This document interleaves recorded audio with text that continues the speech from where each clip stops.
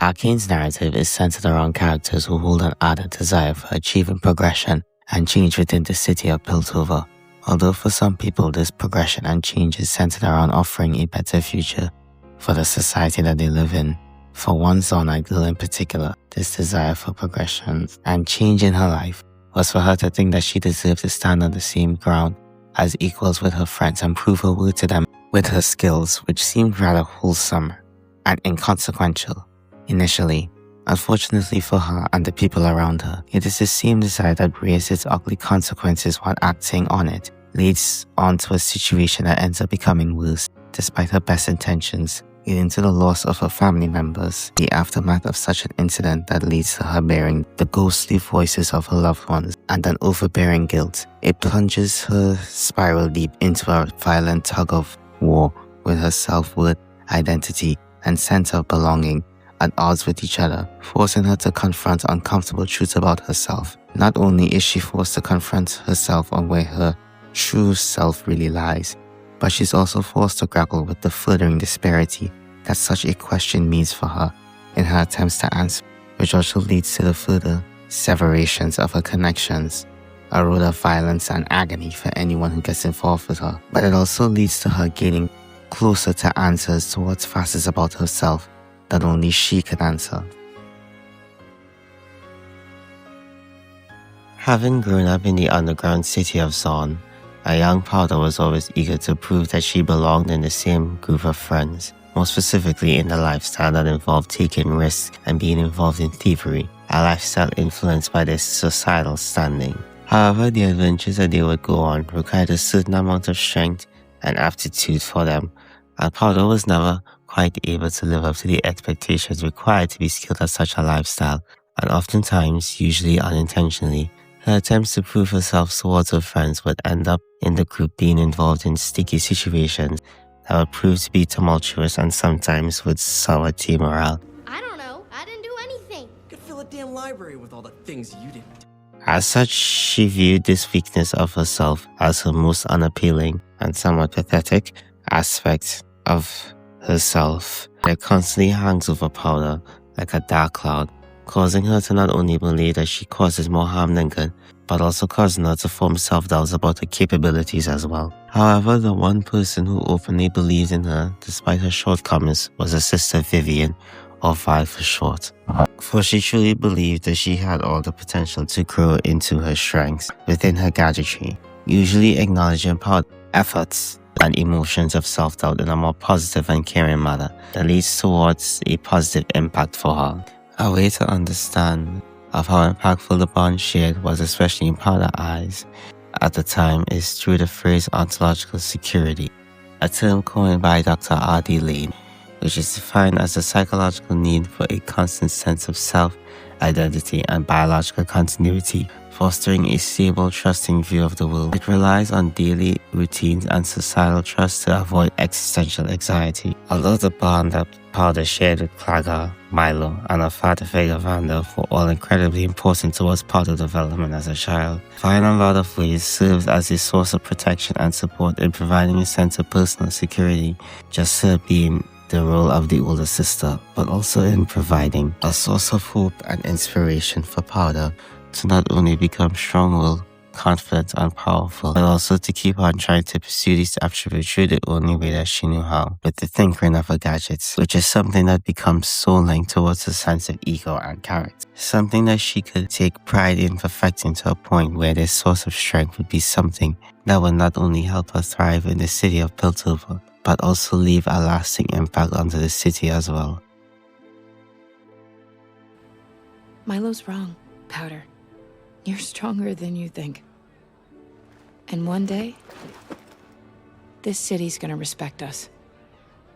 With the promise of an ambition that is incredibly self-affirming and hard to ignore, I think this slowly alleviated any existential anxieties that Powder had about her character and what she was lacking. Despite this, however, the shared noble ambitions of the two sisters is juxtaposed against the harsh, oppressive and the city of Zon, where flames of revenge and the effects of a rigid social structure were bound to affect everyone, including Vi, and as a result of being forced to engage in eventual conflict that resulted in their kidnapping of their father figure Vanda, Vi begins to feel the pressure or weight of such an enormous pressure to act, and subsequently so does Powder, but Vi immediately halts her plans to engage with her.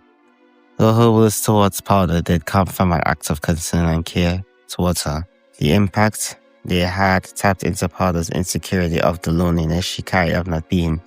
deemed as someone who's not able to carry her own weight, and also they must have felt like an indirect insult/betrayal towards the shared ambition and hope that was fostered regarding Powder's ability to grow within her own strengths.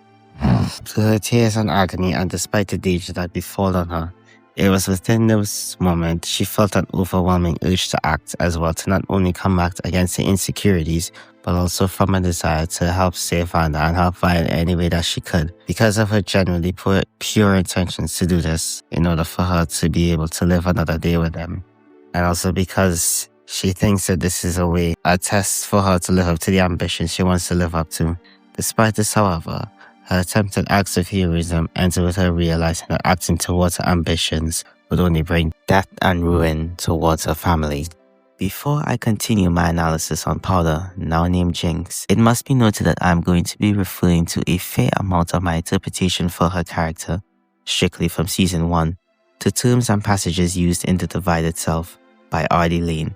which is also where the term ontological security originates from. Although the writings that I'll be referring to are Laing's psychological existential evaluations of schizophrenic patients in the 1960s, and this isn't to imply that I think Jinx is strictly schizophrenic.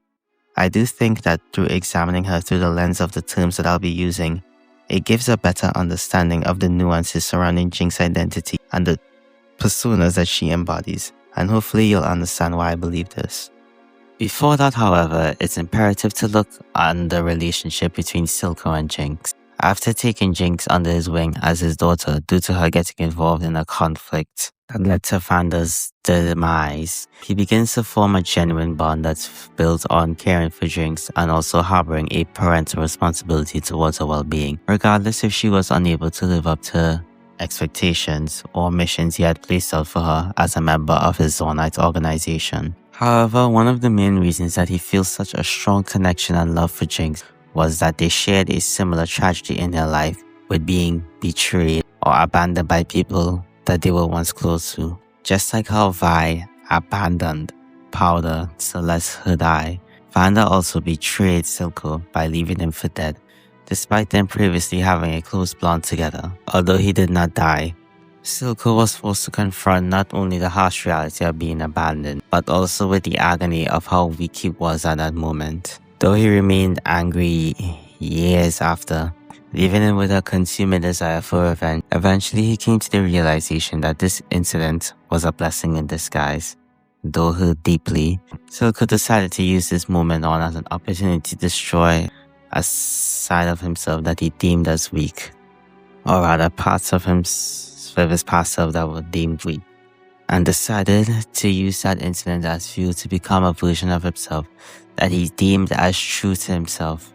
and the very best, that being someone who wielded great power over the world that he now had inhabited as the undercity boss in Piltover, that centered around progression, power, and overcoming your limits. Eventually, he realizes that he was able to pass the influence of his philosophy on strength and identity onto other people, and as such he decided to help Jinx in any way that he could with reconciling with her past trauma, and to also raise her to become the best version of herself that isn't continuously tied to anything that dampers with her growing future potential on being better at what she does best, which he firmly believes that she was always meant to be. You're strong now, just like you were always meant to be. Jinx is perfect. It is within this moment that Silco can provide Jinx with the validation and newfound self-esteem for not only for her capabilities as a contributing member of a group, but also towards the essence of who she is as a person. From there on out, it becomes clear that Jinx's ontological security and trust was now placed on Silco, because from her perspective, he was now the only person in her life who was able to truly understand where she stood in her life, in who she wanted, or rather needed, to be. which also feeds into her growing desire for companionship and validation. As such, this causes the belief that the girl who is named Jinx is where her true self lies, and perhaps who she was always meant to be. But as soon as she begins to gain a hold on who Jinx is, it begins to slip away from her when she's reunited with Vi, and she's hit back with the painful memories of Powder, which further strengthens the flame of the eternal conflict of who she really is. Engulfment, as Laing writes, occurs when the individual is threatened with their loss of identity. It leads to the individual dreading relatedness as such with anyone or anything, or indeed even with himself, because his uncertainty about the stability of his autonomy lays him open to the dread lest in any relationship he will lose his autonomy and identity. Engulfment is felt as a risk in being understood, thus grasped, comprehended, in being loved, or simply being seen. When Jinx is first reunited with Vi, she reverts to a more emotionally open, vulnerable side of herself. A part of herself that's as real and tangible as the identity she lived under Jinx. But she cannot help but be confronted with the violent, traumatic memories of being responsible for the death of her family, something that permanently altered her and would constantly puncture her mental state when she remembers them. But as mentioned earlier, Silco told her that disregarding her past is key towards being Jinx, which means to be someone who is ripe with potential to be a strongest person and in a lot of ways more valuable. A persona she had adopted that was also real and tangible to her as well. So at that point, she had what she thought was a reason to disregard her past that isn't tied towards feeling of guilt, agony, pain, or in general being forced to grow up as a child, but because it would lead to her becoming a better version of herself, but also because being caught up in the past would lead to her being someone who's an hated being perceived as a weak person with no potential to grow. But despite all of this, there was still a silent aspect of Powder that longed to see Vi's presence again. This internal conflict leads to her grappling with the fear of perceiving a sense of loss on both ends of a family that is related to her past and present. If she reverts to Powder and even decides to take Vi's decisions to renew a life with her and abandon the life she's built for herself, she begins to slowly lose her perception, things Jinx should be. But if she reverts to Jinx, she also slowly begins to lose her perception of who Powder is, or was at that point in her life, both understood and cared for on both sides of her family. But as the memories of Jinx and Powder become so deeply intertwined with each other, it leads to her wondering the questions of not only where her true, authentic self lies, but it also leads to her grappling with the eternal dread of if she believed one person over the other, would she be betraying the relationships that was forged with either Silco or Vi, who were both fundamental for the building blocks of her sense of identity and self-worth? Which side of herself would be the one that is worth losing for the sake of either Silco or Vi, that speaks some more authentic truth of where she really belongs? But at this point, she wouldn't outright admit it herself. A part of herself that never really died was Jinx's need to be validated by other people for her capabilities to be someone worth relying on, depending on,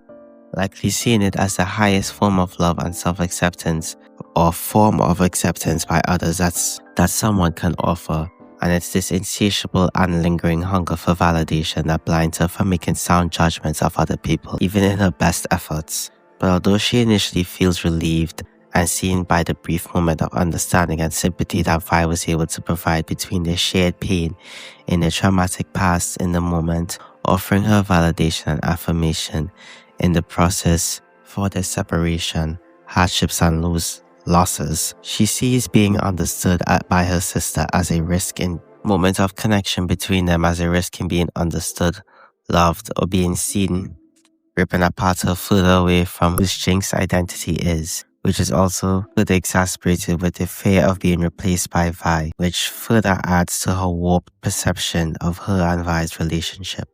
The false self system is said to be framed as a protective, adaptive facade developed by ontologically insecure individuals to shield their vulnerable true inner self from a world perceived as overwhelming and suffering. The individual does not feel real or safe in the world, leading to a profound split between an inner, hidden true self and an external false self. Jinx is definitely not an exception to this, for underneath her appearance of a carefree, wild, chaotic energy lies a lonely girl who feels trapped in an existential paradox. As the divided self explains, the self is not felt to participate in the false self or selves, and all its or their actions are felt to be increasingly false and futile. The self, on the other hand, shuts up with itself as the true self and the persona. Didn't say anything. I wasn't talking to you. Powder, it's okay.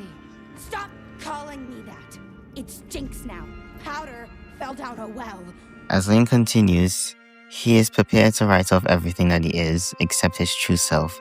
But the tragic paradox is that more the self is defended this way, the more it is destroyed. Jinx's imminent self-destruction is built on this exact same paradox on her attempts to hold on to identity and what she knows. It leads to a long-standing battle for a need of control of stability raging on in her, but also built on a distorted view at what is deemed true or false, more specifically who she's able to truly believe in telling the truth about their genuine feelings for her, and as such it leads to Jinx developing a traumatic response and distrust towards anyone who's closely related to her.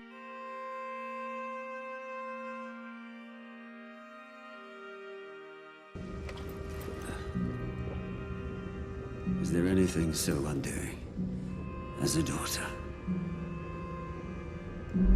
It's at this moment where Jinx's ontological security turns into ontological insecurity, for it not only causes her to wonder whether Silco had really been honest of how much he cared for her, but it also forces her to wonder that if no one really loved her and accepted her for who she truly is, where does she stand in this world? Question restlessly weighs on her mind, forcing her to confront the uncomfortable world of paranoia, self-doubt, guilt and loneliness within her, hallucinations and the actual reality that is constantly haunting her, and amid such agony, she ends up taking the life of another parent. Even in his final moments, Silco offered words of praise and affirmation towards her, as although he probably didn't want to die this way, Jinx being responsible for his death solidified his belief of Jinx being a diamond in the rough, or someone worthy of potential. But the Jinx bearing the responsibility of the death of another father figure causes her to face with the awful nothingness that exists within her, now that her source of belonging and security is ripped apart by her hands.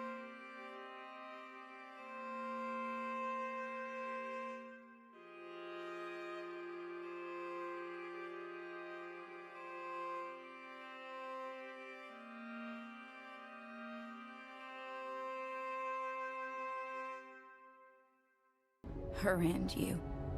Always bossing me around. Now it's so quiet. What am I supposed to do with that? Now with Silco dead, Jinx's need to find herself is put on the back burner, now opting to see the names of Powder and Jinx as just names, attempting to distance herself from the emotional connotations that they have for her, although she does lead into the reputation that precedes her because of the name Jinx. In a way, she is living up to Silco's expectation of her, but I think that the decision to do this is her finally making use of a freedom granted to her, now that she isn't bound to be true to anyone that is close to her.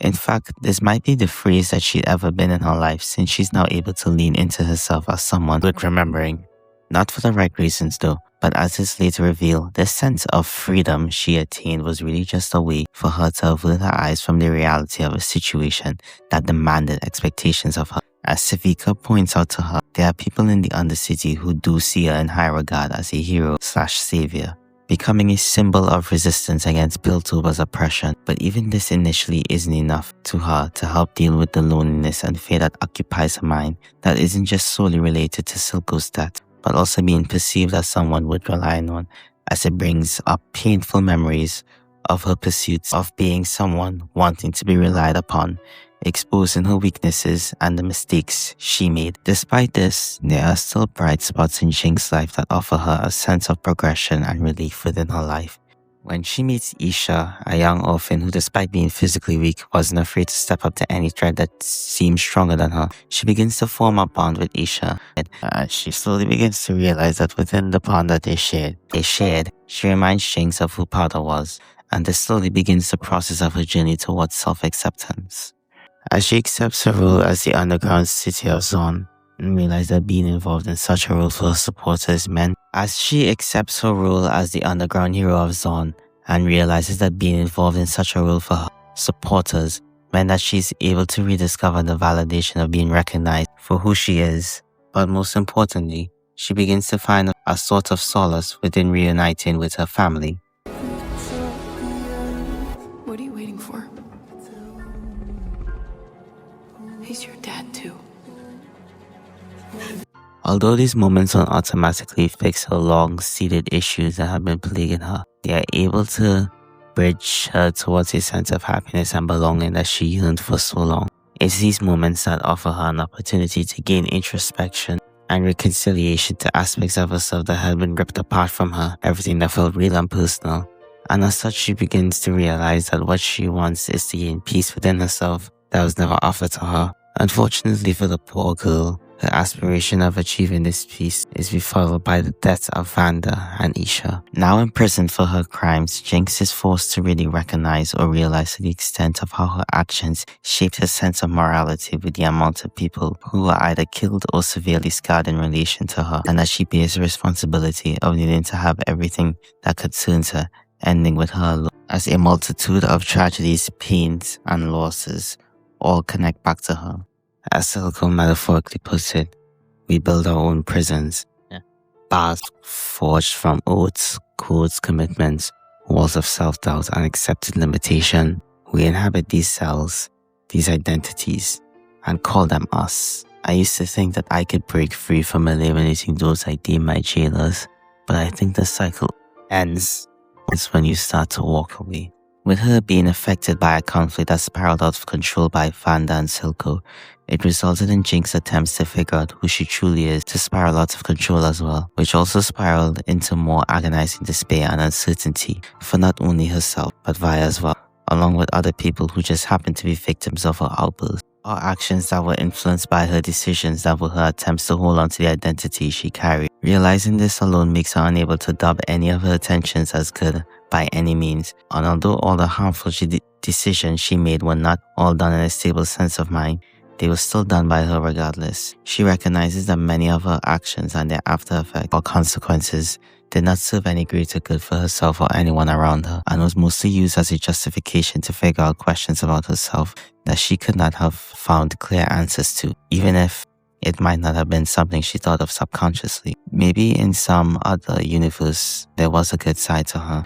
but the reality of her situation reveals that this isn't the case. To her, there never was a good side of Jinx that was ever able to have a good enough reasons for the people that she killed in her way, regardless of how painful her internal conflicts are, and how some people were connected to said conflicts.